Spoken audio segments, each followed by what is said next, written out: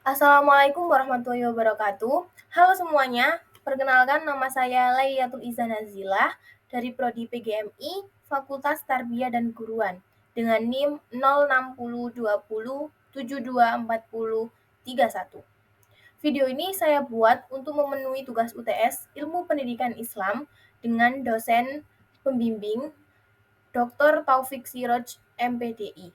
Di sini saya akan menjelaskan mengenai materi tentang sikap, pengetahuan, dan keterampilan dalam perspektif pendidikan Islam.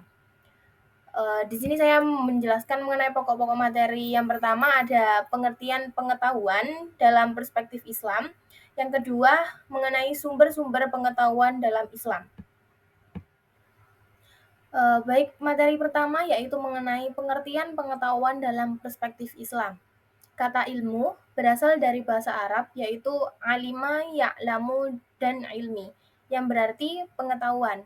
Nah, sedangkan pengertian secara panjangnya yaitu pengetahuan adalah aktivitas yang mengatur dan membangun pengetahuan dalam bentuk penjelasan atau bisa disebut informasi yang didapatkan dan segala sesuatu yang diketahui manusia.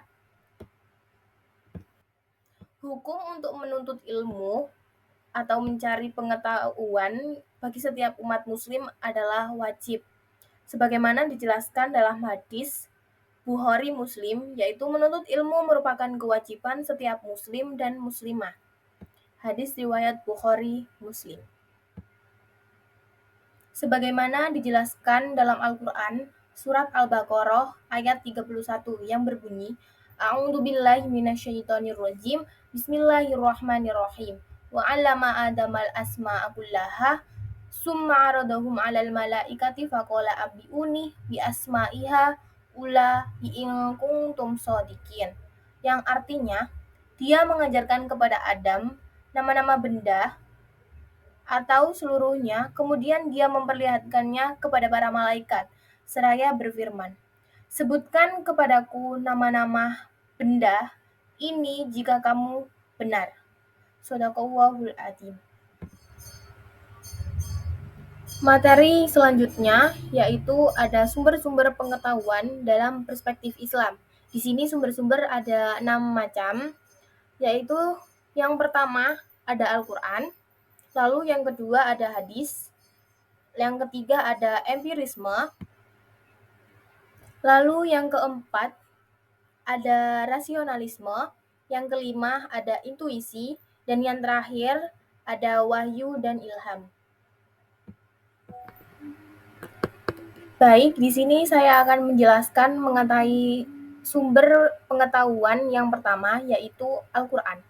Al-Quran ini dianggap sebagai sumber utama dalam pengetahuan karena di dalam Al-Quran terdapat banyak ayat yang menekankan pentingnya ilmu dan mendorong umat Islam untuk mencari pengetahuan. Contohnya itu pada perintah pertama yang diterima oleh Nabi Muhammad SAW untuk membaca dalam surat Al-Alaq ayat 1-5 yang menunjukkan bahwa pencarian ilmu adalah kewajiban bagi setiap muslim. Lalu yang kedua ada sunnah atau hadis. Sunnah atau hadis ini tuh menjelaskan mengenai ajaran-ajaran dalam Al-Quran yang memberikan konteks praktis untuk penerapan ajaran tersebut dalam kehidupan sehari-hari. Jadi fungsinya tuh sebagai penjelas dan pelengkap bagi Al-Quran, serta memberikan panduan dalam menjalankan ajaran agama. Lalu yang ketiga yaitu empirisme, yaitu suatu paham yang berpendapat bahwa pengetahuan itu diperoleh pada pengalaman. Nah, Al-Quran dan Sunnah ini mendorong umat Islam untuk menggunakan panca indera mereka dalam mengamati atau memahami daerah atau dunia di sekitar mereka yang disebut pengalaman indrawi. Nah, dari pengalaman tersebut, pengalaman ini tuh menjadi jembatan antara informasi yang diterima melalui panca indera sehingga pengalaman tersebut tuh dapat memperoleh ilmu sehingga pengetahuan yang didapat dari pengalaman tersebut itu menjadi jembatan untuk memperoleh informasi. Empirisme itu dibagi menjadi dua, yaitu empirisme sensualisme dan empirisme konsialisme. Lalu yang keempat ada rasionalisme yang menyatakan bahwa akal atau rasio merupakan sumber utama pengetahuan manusia. Nah, hal ini tuh diperoleh melalui logika dan intelektual. Mengapa rasionalisme atau akal ini digunakan menjadi sumber pengetahuan? Nah, itu karena itu apa?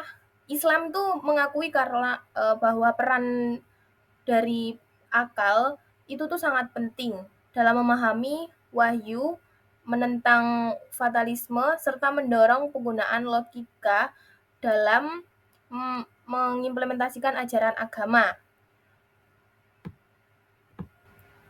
Lalu yang kelima ada intuisi, yang dimana pemahaman yang diperoleh secara langsung tanpa melalui proses logika atau dalil yang rumit. Ilmu ini tuh disebut dengan ilmu laduni yang diperoleh tanpa perantara. Intuisi ini diakui oleh Islam sebagai sumber pengetahuan karena ia memberikan cara untuk memahami kebenaran secara langsung.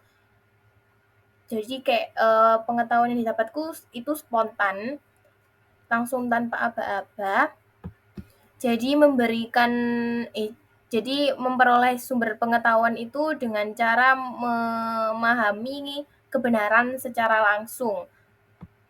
Dan yang sumber terakhir yaitu wahyu atau ilham.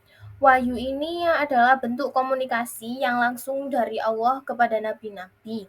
Sedangkan ilham ini ilham yang dapat datang kepada individu sebagai inspirasi dari Allah. Jadi pengetahuan yang bersumber dari Tuhan melalui hambanya yang terpilih untuk menyampaikan risalah atau wahyu tersebut.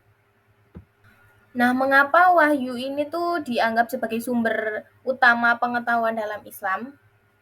Karena ia merupakan komunikasi langsung dari Allah, terus tanpa perantara. Lalu yang kedua itu menjangkau isu-isu transendental, yaitu seperti kayak penciptaan manusia, kehidupan setelah mati, dan hari kiamat. Lalu memberikan petunjuk hidup yang meliputi banyak hal, aspek yang mencakup aspek segala kehidupan seperti moralitas, hukum, dan etika. Sekian presentasi dari saya. Mohon maaf bila ada salah kata. Dan semoga apa yang saya sampaikan bermanfaat untuk kita semua. Akhirul kalam. Wassalamualaikum warahmatullahi wabarakatuh.